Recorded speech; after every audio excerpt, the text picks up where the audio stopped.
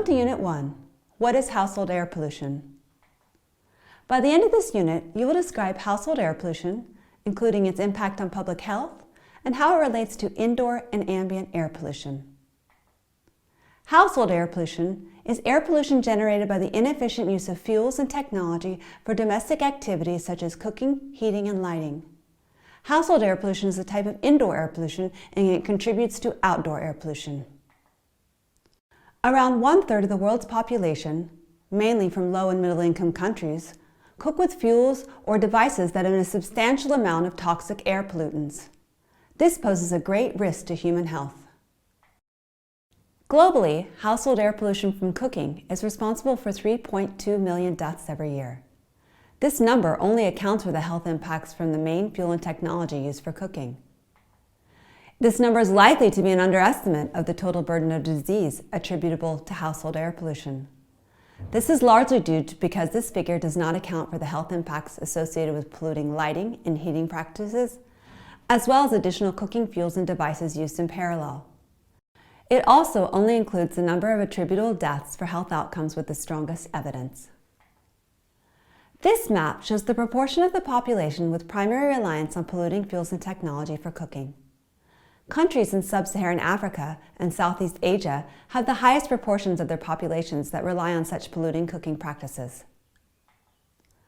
Clean fuels and technologies are defined in accordance with the WHO guidelines for indoor air quality household fuel combustion. These guidelines define which fuels and technologies can be used safely in the home and can be considered clean for health at the point of use. The most common clean household fuels and technology include electricity, biogas, natural gas, liquefied petroleum gas or LPG, solar or alcohol fuels for cooking. You can get more information on clean fuels and technologies in the WHO Clean Household Energy Solutions Toolkit. To understand the level of health risk from household air pollution, we need to know how efficiently or how well the stove or device burns the fuel. The rule is the more cleanly it burns, the less health impacts. Some fuels, like gaseous fuels, can be burnt very efficiently, largely independent of the device. Whereas for other fuels, like solid fuels and kerosene, the level of pollutants emitted is largely dependent upon the performance of the stove or device in which the fuel is burned. The main source of household air pollution emissions comes from the fuel and device used for burning, which we refer to as such sources as fuel and technologies for cooking, heating, and lighting. Solid fuels are solid materials burned as fuels.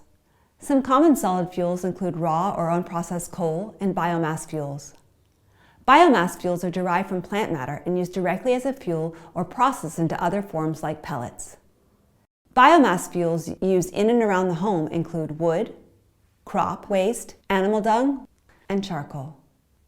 In some cases, plastic bottles, tires, and other solid materials are used as fuels.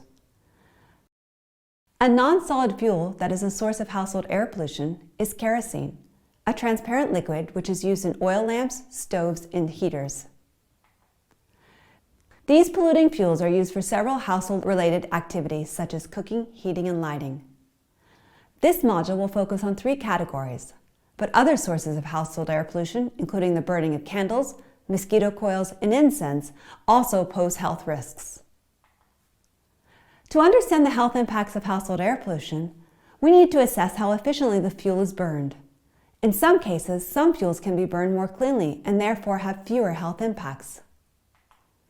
The first difference between household and indoor air pollution is that household air pollution includes only combustion-related emissions, while indoor air pollution also refers to other indoor sources, such as radon, dust, mold, and chemicals from textiles and furniture, among others.